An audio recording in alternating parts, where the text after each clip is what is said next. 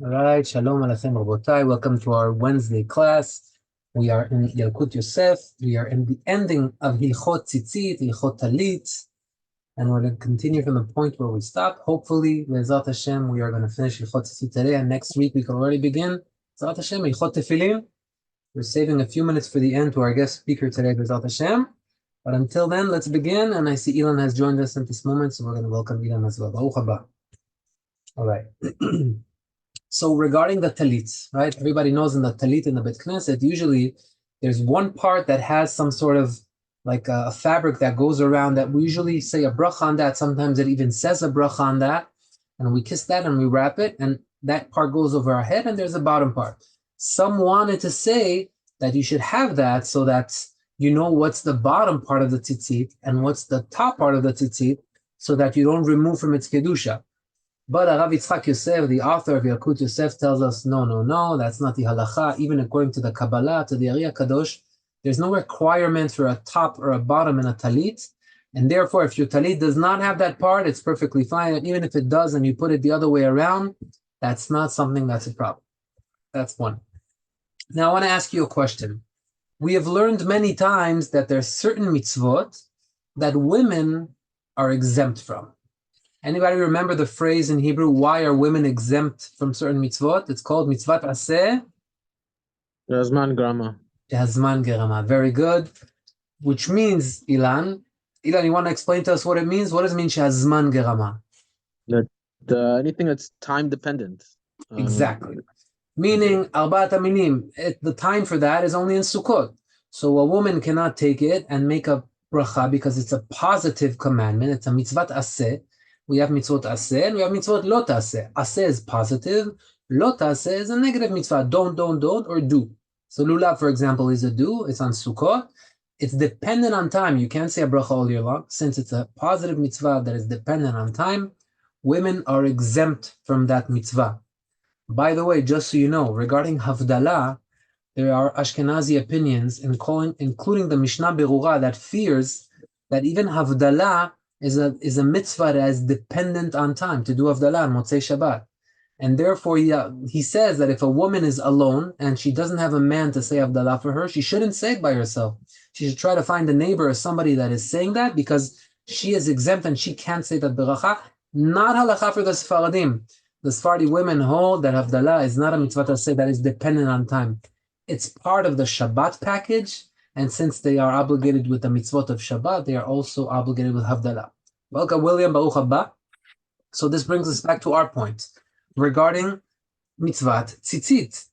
Is it mitzvat aseh she'azman gerama? Is it dependent on time? What do you feel like? Is the mitzvah of tzitzit dependent on time or not? What do we read in Kriyat Shema? Uritem oto, and you shall see it. Uschartem et kol mitzvot Hashem, and you should remember the mitzvot of Hashem. Chachamim say, what does it mean? You shall see it, meaning the only time you have to put on tzitzit is at the time of the day where you could see. At night, we are exempt from that mitzvah. It's good to put it on. It's a protection. There's a lot of chassidut into that.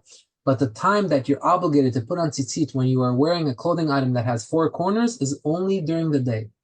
Since that is a mitzvah that is dependent on time, therefore, women are exempt from that. Ziv, didn't you teach us that the Levush said that it's considered a beged ish? So it's actually it's asur to put it on. Amazing that you're mentioning that because that's the next note that I have here. Sorry.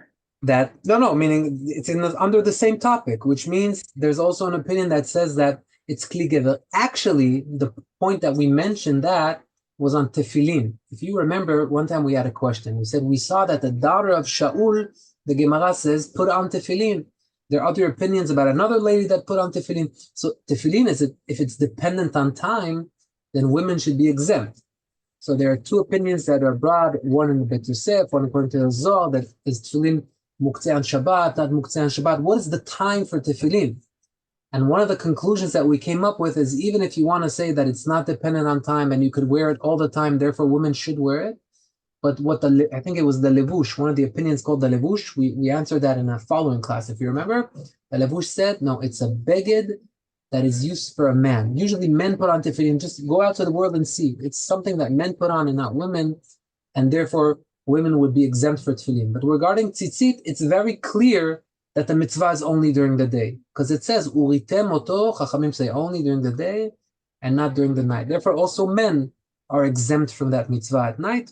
It's recommended to do it anyhow. It's a big deal, Bezat Hashem, but it's not a mitzvah from the Torah. All right. Regarding the strings of the tzitzit. Now, are those strings holy or no? What do you think? What's the holiness level of that? Can I use those strings, or do they have kedusha? I have to put them in geniza. What's the deal with them?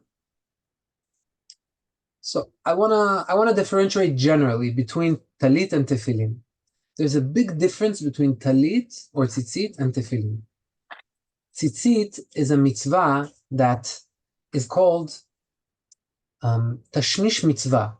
You use it to make a mitzvah, but it doesn't have the names of Hashem in it, as opposed to tefillin, which have the names of Hashem in it.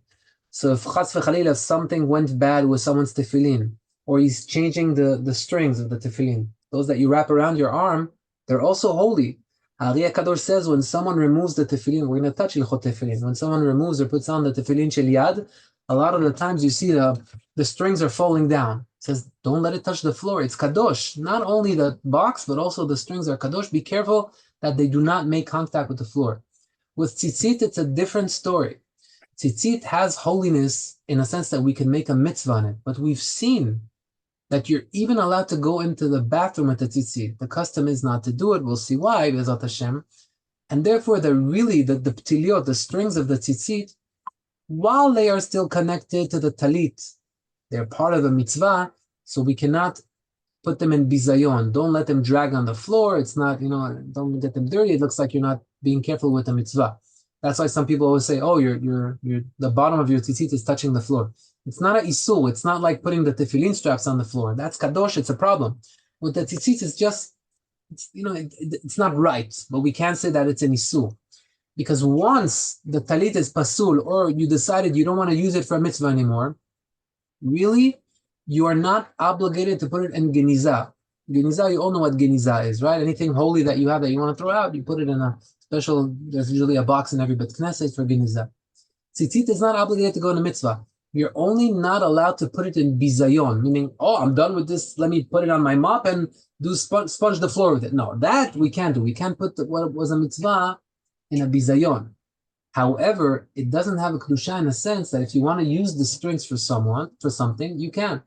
Marcel, I think I've seen your brother Michael use the strings of a tzitzit, the strings only, for a bookmark. Am I right? I think I've seen that before with him. Yes, correct. Yeah. So we see that there's no kedusha. It's nice to take what was used for a mitzvah and use it for a bookmark in a holy book.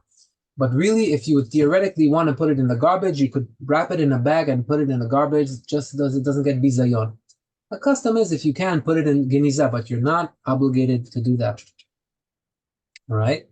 Now, regarding the point that we just mentioned about being allowed to go into the bathroom with your talit. So we've touched this in the past, but I just want to mention those dots again. So what would be the reasoning to not allow you to go with the talit into the bathroom? What could be the reason? Because back then, there was a problem. The Shulchan Aruch allowed in the Shulchan Aruch, he allowed to go into the talit, with the talit into the Bet Kiseh, into the bathroom. But from him allowing that, we understand that there were opinions that did not. So why? What would potentially be the problem if there's no kedusha? It's not like tefillin. What would be the problem? So the problem, Chachamim say, is probably mishum tinuf. It's not so clean in there. So even though, it's not kadosh, but your talit may get some dirty, may get some, not wanted items making contact with your talit. You see that with little children, that they wear tzitzit katana, they go to the bathroom by themselves sometimes, they come out, the tzitzit has a lot of stains, or it's dirty, or that could happen, right? So because of that, your big talit, it's the custom to leave it hanging outside on those little hangers by the, by the bathroom, and then when you come, you put it back. Okay, next topic, kedushat hapitiliot. So as we just mentioned before regarding, not dragging them on the floor, shema idroch ויתלשו ותיפסל הציצית, או שמא ביזיון. Either two reasons why not dragging it on the floor. A, bizayon. Bizayon means you're putting your tzitzit in disgrace. Another idea it could be is because just naturally when they're going on the floor, someone could pass by, step on it, and could tear apart your tzitzit. That actually happens. So therefore try not to let them drag on the floor. Again, I'm mentioning this because if someone tells you it's kadosh, it cannot make contact with the floor. No, that's not the reason why. It's not the kedusha. In fact, we mentioned that if someone lo alenu has to go to the cemetery, he has to tuck in his tzitziot. So you would think that, tuck him in so that they don't drag on the floor and get dirty. That wasn't the reasoning was because those that are buried over there cannot do mitzvot. And when they see you having a mitzvah, they get jealous because in Tehillim it says, Bamitim chofshi. When someone passes away, that's it. Whatever mitzvot he collected are with him in Olam Haba. He cannot collect any more mitzvot. So now he sees you, he gets jealous. Oh, look at him. He has a mitzvah. I can't do it. It's not exactly true that he cannot collect any more mitzvot. He can collect more mitzvot, but that's by leaving things in the world that are, like dividends that keep on sending him upgrades in Olam Haba and Gan Eden to go up and up and up. The greatest thing someone could dream for is to have a son that is a Talmid Chacham, someone that learns Torah, that in Olam Haba, the father, the mother, the parents of the child keep on going up, but they're done, they did all the mitzvot. No, they left a child that is learning Torah, that is doing mitzvot. That's a great elevation.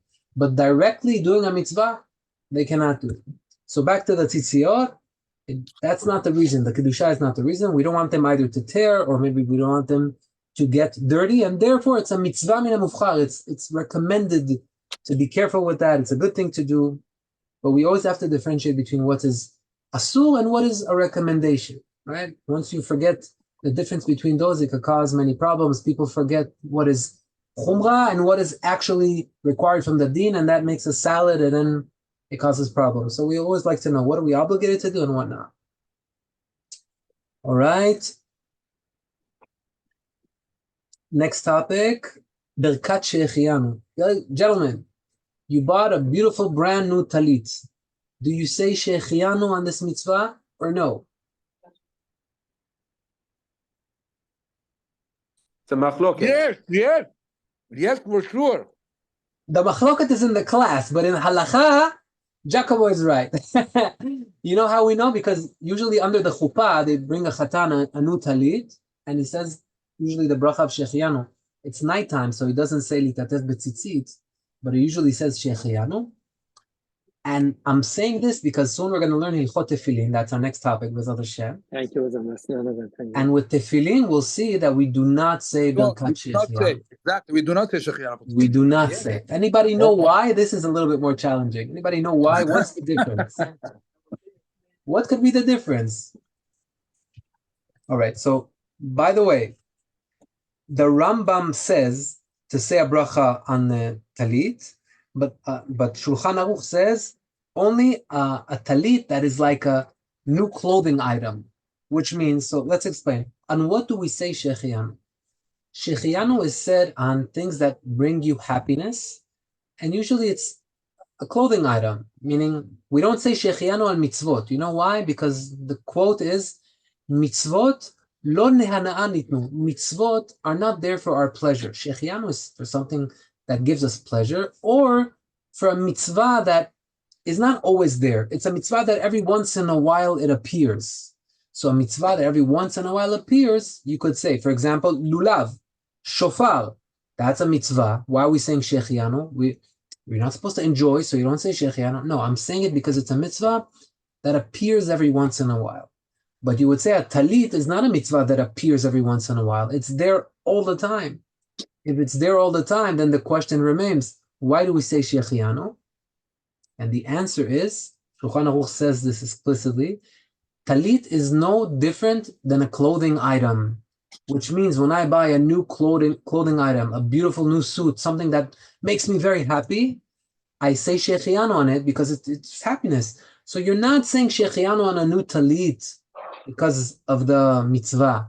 So if you would buy a tzitzit katan that you put under your shirt, you would not say Shechianu on that because you don't have a happiness like a clothing item that you wear and makes you happy and everybody sees it and it glorifies you, right?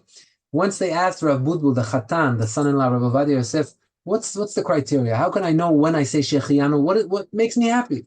So he gave his numbers. He said in Israel, I think, if a person buys a clothing item that is worth 200 shekel or more, there's already happiness in that. Let's say you bought a nice shirt that costs you $60, $70. He says in Israel, people can say Shechianu on that. I don't know what the criteria would be in Great Neck. Maybe it's a little different.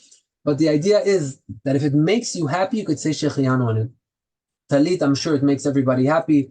Today, when you buy a new talit with all the petilot, some even buy pitecheret, it's usually over $100, the whole package. So therefore, you could say Shechianu, but the Shechianu is not for the mitzvah. The Shechianu is for the new clothing item. By the way, for the Chatan, we tell him that when you do the Shechianu under the chuppah, please have in mind also your wife that you're marrying. Why do I have my wife in mind? Let me just say Shechianu on her. No, getting married is a mitzvah. Mitzvot, we don't have that pleasure of saying a mitzvah.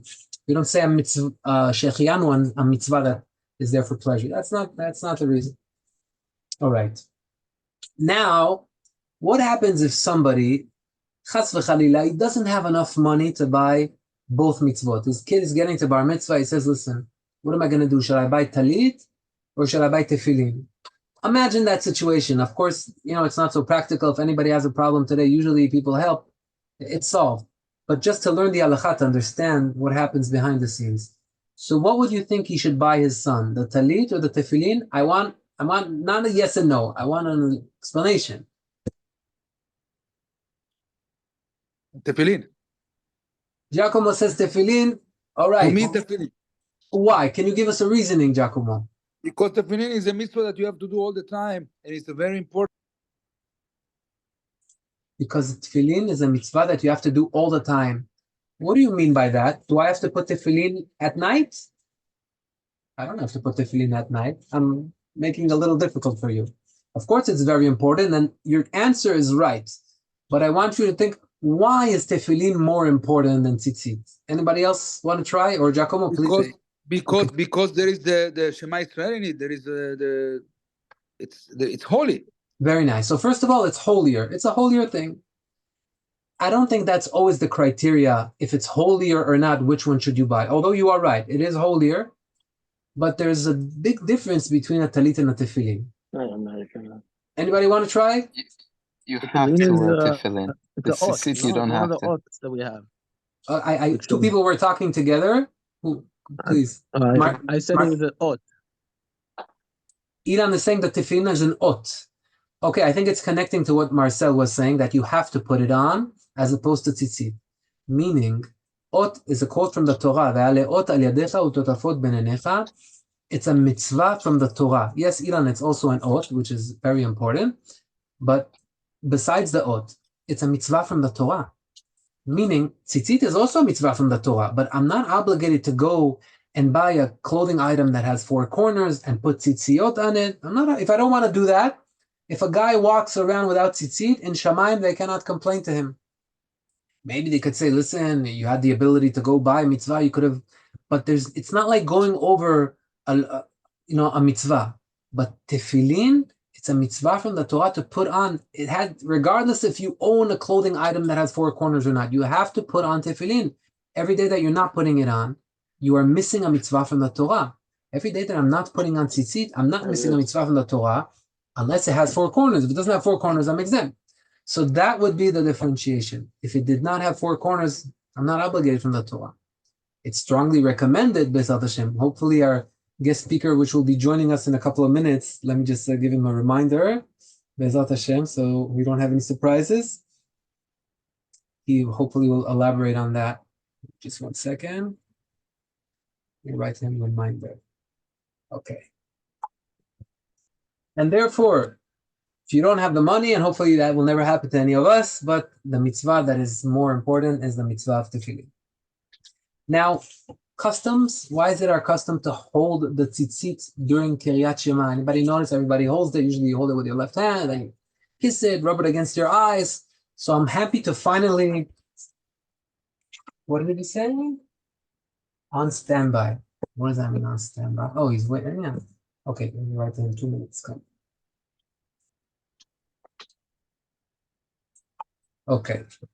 So where were we? So the reasoning behind why people hold the tzitzit during Kriyat Shema, rub it against their eyes and kiss it. So we have the tool. The tool, one of the opinions, he brings the Balai tool that says that you have to put it against your eyes because the pasuk says, "U'item oto," and you shall see it. So whenever you say you shall see it, rub it against your eyes so that you're doing a motion that's connected to the wording that you're using. In the Bet Yosef, he brings a midrash that says that David HaMelech, when he was putting on his tefillin, he said, Kal atzmotai tomarna Hashem mi chamocha. It's a pasuk that we read in Shacharit, on Shabbat. Kal atzmotai tomarna, all my bones should praise you, Hashem. So he says, since I'm already praising you with my left hand with the tefillin on, I should always also be holding the tzitziot in that hand. And I think that's a very good source. David HaMelech, I mean, you can't go wrong with that. Hamakor Chaim, he brought in the name of the students of the Ari Kadosh, that you should only be holding them on until La'ad. So you see a lot of people doing La'ad, Ule'olme Olamim, and releasing the tzitziyah. Gentlemen, last halacha in Hilchot Tzitzit that we will be learning Be'ezrat Hashem, unless something else appears Be'ezrat Hashem, regarding removing the talit. Anybody know what would be the right way to remove the talit? Or let me ask it in a more clear way. Which hand should be pulling off the talit mainly? If you do it with two hands, it's a different story. But if you're doing it with one hand, what's the hand that takes off the talit? You're right. Anybody else? So we learned until now that usually you do the mitzvot with your right hand, and therefore right would be a right assumption. Only over here, we're not doing the mitzvah. We are about to separate from the mitzvah. So halacha says whenever you separate from a mitzvah, show that it's difficult for you to separate. So you're using the hand that is more difficult for you. You should use your left hand to show, it's hard for me to separate from this mitzvah, and therefore we only use our left hand and not our right hand. Ziv, sorry, Yeah. quick question going back to what you previously said. During Shema, are we supposed to hold all four corners? I read something that to say that you're supposed to keep the two in the back and only hold the two in the front. There are two opinions on this. Good question. I see that Rabbi Ryan Levian has joined us. I'll just answer that quickly. B'shutchem, Rabbi Ryan. There are two opinions. One says you hold two in the front and leave two in the back. Other opinion says you can hold all four. Whatever you do, Hashem is with you. All opinions are good. All right, we have with us Rabbi Ryan. If you could show your face to us, we'll be very honored. Shalom Aleichem, Baruch haba, Baruch haba. It's a great honor to have Rabbi Ryan, who needs no introduction, basically holding the wheel of a religious and then spirituality in our community. Baruch Hashem. The next generation of Torah is right before us, so we are very grateful that you joined us today. I don't want to say a lot about Rabbi Ryan in front of him, but you all know he does the Daf Yomi every day, and so many different shiurim that I keep on getting recording and enjoying them, B'ezrat Hashem. But one of the most unbelievable projects that Rabbi Ryan has, and that's why he's here with us when we're learning Hilchot Tzitzit, is the Tzitzit project that he has with Sephardi Bet HaMidrash, with SBM. So without further ado, Rabbi Ryan, I want to give you the stage. Maybe you could give us a little chizuk on this mitzvah as we just finished right now Hilchot Tzitzit. So first of all, I wanted to apologize. Last week, I believe, I think first of all, I was supposed to be here last week. There was some miscommunication, or my alarm didn't go off. The reminder didn't work. I was in the middle of a work meeting, so it didn't. You gotta wait for good things. That's it. Kept us waiting. But, I'm honored to be here. Just to give a little background of why Ziv invited me. About 2 years ago, I was at Seudah Shlishit in Shai Rachamim on Shabbat, and there was someone who came up to me. It was Eli Sioni. Eli Sioni came up to me. He said, Rabbi Ryan, why don't we have a tzitzit gmach? Why don't we have somewhere in our kanisa where just like anyone who wants to go buy tefillin, they can buy tefillin. You want to buy mezuzot, you can buy mezuzot. You want to buy tzitzit katan, you should be able to buy tzitzit katan in our kanisa. I said, that's a phenomenal idea. And I said, you know what? We're going to do it. And not only we're going to do it, but we're going to do it and give it out for free. Why? So that if people, they feel embarrassed, they can't afford, whatever it may be, we give everyone opportunity. So Baruch Hashem, 2 years ago, we started, and I'm sure many of you have seen this if you ever walked into Shai Rachamim, we started a tzitzit gmach to an extent. What that means is, we basically, every 3 to 6 months, we order a few hundred tzitzit. Sometimes we get a sponsor, sometimes SBM just sponsors it itself, and we give out the tzitzits for free. We get different sizes, and these tzitzits are very special, specific tzitzits that I personally, they come straight from Israel. They're hand-tied, Sfaradi, the way it should be done, and we get it at the best price you can find in the world. I know this because I did a tremendous amount of research trying to find the best pricing. And all that being said, I found someone in Israel who I get my own tzitzit from myself.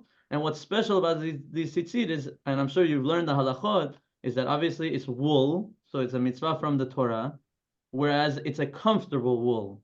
In the past, when brought it, Rabbi Ryan, we brought it last week or a couple of weeks ago, and we showed how stretchy and comfortable it is and light. So it's really like we're wearing it right now under. I was telling them, I remember 20 years ago when you wanted to buy a wool tzitzit, it looked like basically like a talit that's a little smaller that you had to put under your clothing. That was like so difficult. It's so simple today. Please go ahead.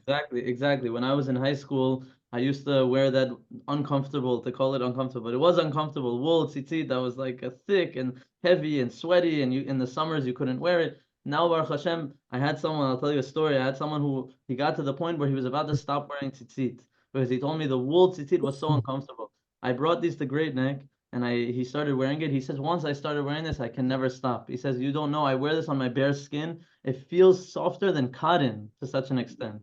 Baruch Hashem. So you're able to fulfill a mitzvah from the Torah while being comfortable. They say mitzvot lav nehenot ninu. You're not able to, benefit and enjoy from mitzvot. But when it comes to the mitzvah of tzitzit, we make it very enjoyable. I'll just tell you one story, and then I'll actually send you a link in the chat. But the story is the following. There's a story of the Gaon Mivilna, who at the end of his life, he started crying, and his students all surrounding his bed. They asked him, said, Gaon Mivilna, why are you crying? He says, because this tzitzit, and he was holding his tzitzit in his hand, he says, this tzitzit, which I bought with just a few dollars, I'm able to, every moment of the day that I'm wearing it, I was able to attain more than 613 mitzvot every second of the day. That's only while I'm in this world. Now that I'm leaving this world, he says, I'm not able to attain that mitzvah and attain the reward that comes from the mitzvah. So he was crying because he was no longer going to be able to wear his tzitzit and earn the reward for tzitzit. How great the mitzvah is of wearing tzitzit. So with that being said, we actually just brought another shipment about a month and a half ago, which we brought 200. I think at this point we've reached over 1,000 tzitzits that we've brought to Great Neck and have been given out to many people looking to wear tzitzit. And Baruch Hashem, we actually are, we have maybe just a few left in the kanisa, so just in case you don't get a hand on it, although we give it out for free, there is a recommended donation if you want to give $36, which is the cost of the tzitzit, going back to bringing more tzitzit. But without that, even if you're unable to make it to the kanisa, I'm going to send in the chat over here a link that actually sells the tzitzit at a very similar cost. So you can find the tzitzit online. It's called Ben's Talit Shop, and they sell it. You can pick how you want it. You can pick your size. You can pick the tzitzit strings. If you like thin strings, thick strings, how you like it tied. If you like techelet, whatever you like on it, however much you want to spend, it's up to you. But I think it's an opportunity. It's a zechut. And if anyone is ever interested also in helping sponsor to bring more tzitzit to Great Neck and be able to help more people wear tzitzit, it would be a big honor and a big zechut. You could do it for Lilui Nishmat or Refuah Shema, whatever it is. And Bezat Hashem, through the mitzvah of wearing tzitzit, may Hashem bless each and every one of us with long life, health, happiness, and success in everything that we do. Bezat Hashem. Rabbi Ryan, first of all, thanks so much for coming today. It was worth the wait. If you don't mind, please send me, so I can put it in our chat also, the links to the people that couldn't make it today. Guys, this is a very simple mitzvah to keep from the Torah, even if you're just going to put it once a week, once a month, starting, at any point you start is good, but I don't usually push for mitzvot. You know me, it's not my style, but this is really a simple way of doing a mitzvah from the Torah every second that is on you. And it's very simple. It's like just wearing an undershirt. You don't even feel it. So, Bezat Hashem, hopefully you'll go for it. I'll send the link. Toda rabba, Rabbi Ryan. All right. Thank you for having me. Gentlemen, thanks for joining today. Thank you both. And we'll see you soon. Bezat Hashem. Kol tov. Thank you.